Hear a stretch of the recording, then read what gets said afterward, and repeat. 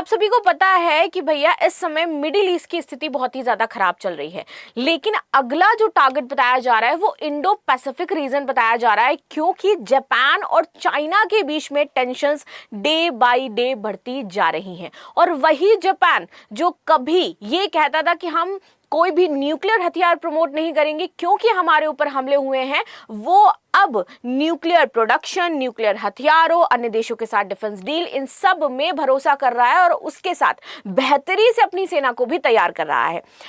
सबसे इंपॉर्टेंट बात तो ये हो जाती है कि इसमें इंडिया को भी ऑफर किया गया है जापान के द्वारा एक बहुत ही उनका महत्वपूर्ण जो प्रोजेक्ट था वो।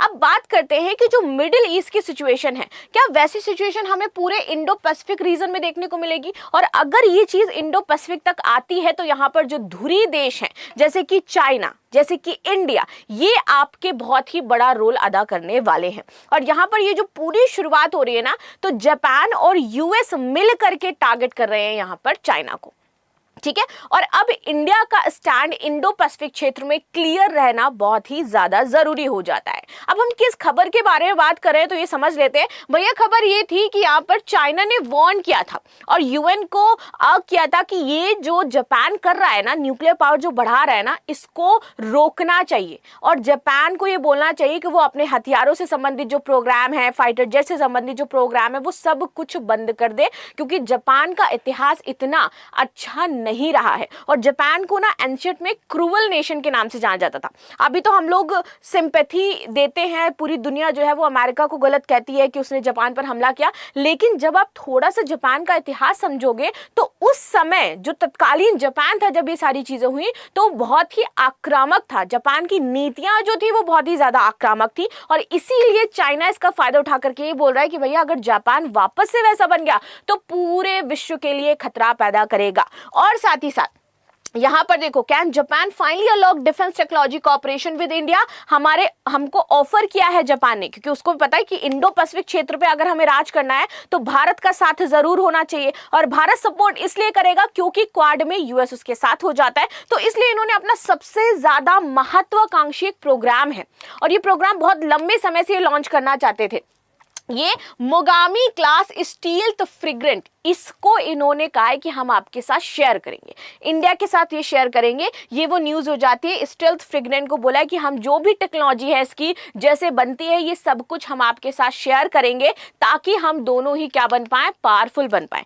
अब ये मोगामी फ्रिगेंट जैसे मैंने बताया कि बहुत ही इंपॉर्टेंट हो जाता है फ्रिगेंट ये, और ये शेयर करे क्योंकि ये इनका बहुत ही एक होता है किसी नेशन का ड्रीम प्रोजेक्ट होता है।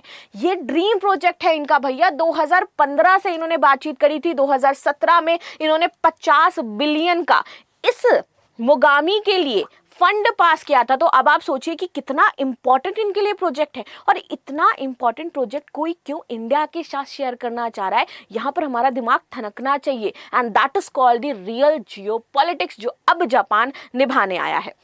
चलिए, Y Japan is sharing it's guarded Mogami worship design with India, तो चलो इसको समझ लेते हैं। एक तो ये जो मोगामी क्लास फ्रिगेंट है ये भारत और जापान के बीच बढ़ते रक्षा सहयोग और इंडो पैसिफिक में जो रणनीति बदल रही है इसका निर्णायक साबित हो रहा है कि भैया इंडो पैसिफिक क्षेत्र की जो अब रणनीति है ना वो चेंज हो रही है, राजनीति चेंज हो रही है साझा सुरक्षा हितों के चलते। अब साझा सुरक्षा कैसे, तो इनको पता है कि इंडिया और चाइना के बीच में भी संबंध बेहतर नहीं रहते हैं और इसी का फायदा जापान उठाना चाहता है। जापान चाहता है कि भैया हम दोनों के ही साझा हित है और हम दोनों को ही चाइना से खतरा है, तो क्यों ना हम दोनों ही अपने आप को पावरफुल कर लें।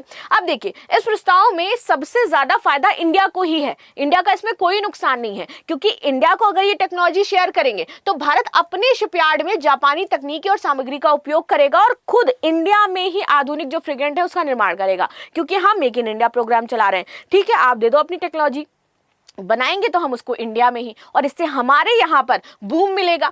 अब देखो, प्रत्येक युद्धपोत की जो कीमत है वो लगभग $500 मिलियन है और ये anti ship missile, anti air system और टॉर्पीडो से हमारी लैस हो जाती है। इससे हमारी भारतीय नौसेना की क्षमता तो बढ़ेगी, हमारे पास रोजगार का भी सृजन होगा, प्लस हम एक जो नवल सुपर पावर बनने वाले हैं वो भी बन करके नजर आएंगे, क्योंकि इंपॉर्टेंस रखता है भैया इनका ये प्रोजेक्ट। अच्छा, हम इस प्रोजेक्ट पर थोड़ा सा आगे बढ़े, इससे पहले मैंने आपको स्टार्टिंग में एक चीज बताई थी कि जो जापान है ना, उसका इतिहास बहुत ही काला रहा है। और ऐसा नहीं है कि हिरोशिमा नागासाकी जब गिरा तो गिरने से पहले वो बहुत उनका जो उद्देश्य था पूरे विश्व को लेकर के बहुत अच्छा था या बहुत बेहतरीन काम करते थे। अभी हम देखते हैं कि जापान थोड़ा सा हमें दिखाई दे रहा है कि चाइना से पीछे, बट उस दौरान नहीं था। और अगर हम बात करते हैं तो ये जो चाइना बार बार कह रहा है कि भैया विजिलेंस करो, इनको देखो, इसके पीछे का भी कारण है, क्योंकि इन्होंने चाइना के लोगों को भी बहुत टॉर्चर किया, यूएस पर हमला भी किया, यूएस के लगभग 2000 से ज्यादा सैनिक इन्होंने मारे, प्लस इन्होंने अपने लोगों को एंशियंट में बहुत ही ज्यादा टॉर्चर किया है। अभी टॉर्चर कैसे करते थे, अभी हम देखते हैं ना कि चाइना बहुत ही ज्यादा साइंटिफिकली आगे है, रशिया जो है वो नई नई वैक्सीन और नई नई चीज़ों पर एक तरीके से साइंटिस्ट जो है उसके काम करते रहते हैं। वैसे ही ये भी पहले बहुत ही ज़्यादा इस तरीके से जितने भी आप देखोगे कि प्रोग्राम्स होते थे या फिर खोज होती थी, ये इंसानों पे करते थे ये सारी चीज़ें। अब आप देखो, Japan doctors perform human experiment in China 1933 to 1945, ये लिखित में है। ये ह्यूमन एक्सपेरिमेंट किया करते थे, और ये ह्यूमन एक्सपेरिमेंट पता है ये किस पर करते थे? जो इनके यहाँ पर कैदी होते थे, जो बंदी होते थे, या कहीं किसी देश के जो सैनिक होते थे, उनके ऊपर ये ह्यूमन एक्सपेरिमेंट करते थे, उनकी बॉडी पर ह्यूमन एक्सपेरिमेंट किया जाता था। ये जापान का इतिहास रहा है।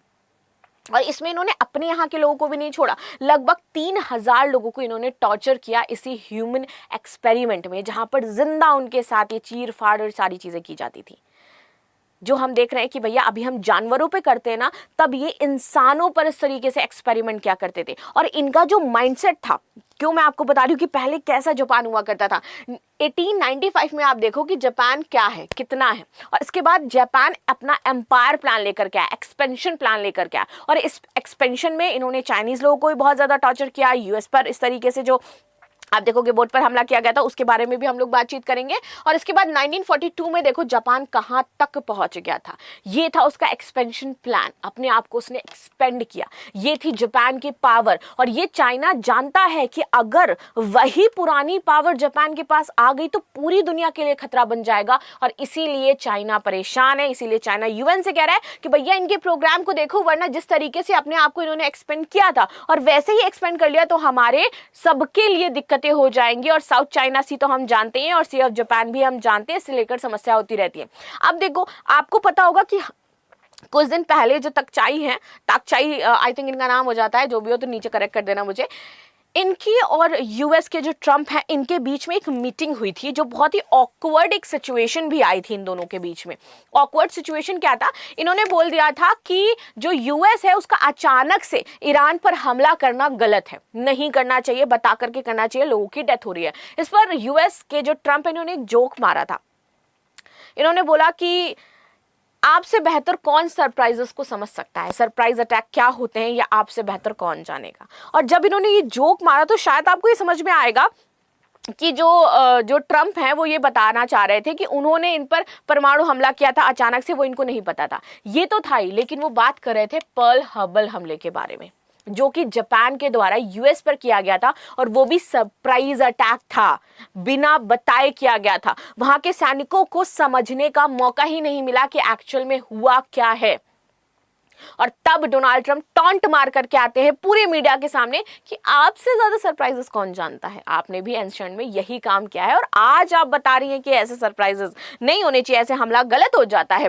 7 दिसंबर 1941 की सुबह जापानी बॉम्बर्स पर्ल हार्बर स्थित यूएस नेवल बेस पर हमला कर देते हैं बिना बताए। यहाँ पर ये डिस्ट्रॉयर यूज करते हैं, बॉम्बर यूज करते हैं, टॉर्पीडो मिसाइल, सब इन सबसे तीनों जगह से हमला करते हैं, और लगभग देखोगे तो 2403 अमेरिकी सैनिक मारे जाते हैं। और खुले तौर पर यही टाइम था जब इन्होंने ब्रिटेन और यूएस के खिलाफ युद्ध छेड़ दिया था। और इसके बाद यूएस आता है, इसके बाद यूएस यहां पर फाइनली जो द्वितीय विश्व युद्ध था इसमें पार्टिसिपेट करता है। रीजन इज दैट उसको उकसाया गया था जापान के द्वारा, उसके सैनिकों को मार दिया गया था यहां पर, और लगभग 1178 लोग जो थे वो जख्मी हो गए थे इसके सैनिक।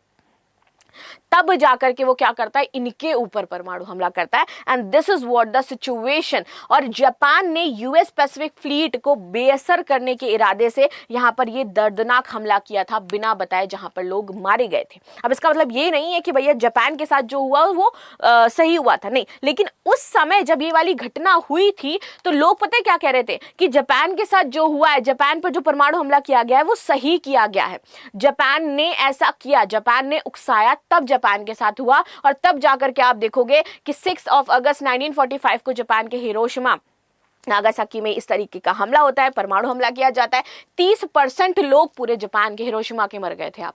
और उस समय जो टेम्परेचर था दैट इज 10 लाख सेंटीग्रेड पहुंच गया था, खड़े खड़े इंसान जल गया था, जो कि सबसे क्रूर और बर्बर हमला माना जाता है आज तक का। और उसके बाद कान पकड़ लिया जापान ने कि कभी भी इस तरीके की एक्टिविटी में पार्टिसिपेट नहीं करेगा। एक तरीके से जो हिरोशिमा था यहाँ पर 30% मतलब 80,000 लोग तो तुरंत मर गए, उसके बाद रेडिएशन के कारण 2.50 लाख लोग मर गए और 1.4 लाख की मौत बाद में और ज्यादा हो गई। फाइनली जब ये सब कुछ होता है तो ये आते हैं अपने उस पे कि हम एक साइन करते हैं, इस हमले को रोकते हैं। तब जाकर के इन्होंने एक अग्रीमेंट साइन किया, सैन फ्रांसिस्को शांति संधि द्वितीय विश्व युद्ध के बाद। और इसके तहत जापान ने कोरिया, ताइवान, सखालिन और अन्य क्षेत्रों पर जो अपना कब्जा किया था उस दौरान उस कब्जे को भी छोड़ दिया, शांति की राह पर आया कि अब हम शांत रहेंगे, अपने क्षेत्र पर रहेंगे और किसी भी तरीके से हमारा जो एक्सपेंशन प्लान है उसको आगे नहीं बढ़ाएंगे। और यूएन में भी तभी आ जाते हैं और किसी भी तरीके का, यानी ये कहते हैं कि हम जो न्यूक्लियर हथियार है इस पे डिसआर्मामेंट को पूरी तरीके से ये सपोर्ट कर रहे थे उस दौरान। ठीक है, तो ये सारी चीजें होती हैं और फाइनली ये शांति से बैठ जाते हैं।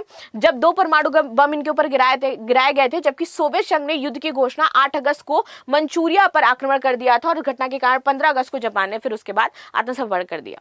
ये था जापान उस टाइम का। अब आपको एक्चुअल में पता चलेगा कि क्या क्या हुआ था, क्या चीजें रही थी। और इसीलिए जो उस समय लोग थे वो कहते थे कि जापान के साथ जो हुआ अच्छा हुआ है, क्योंकि वो 3000 लोगों को टॉर्चर करना, चाइनीज लोगों को टॉर्चर करना, फिर उसके बाद इस तरीके से यूएस के नेवल बेस पर बिना बताए हमले कर देना, लोगों को मार देना।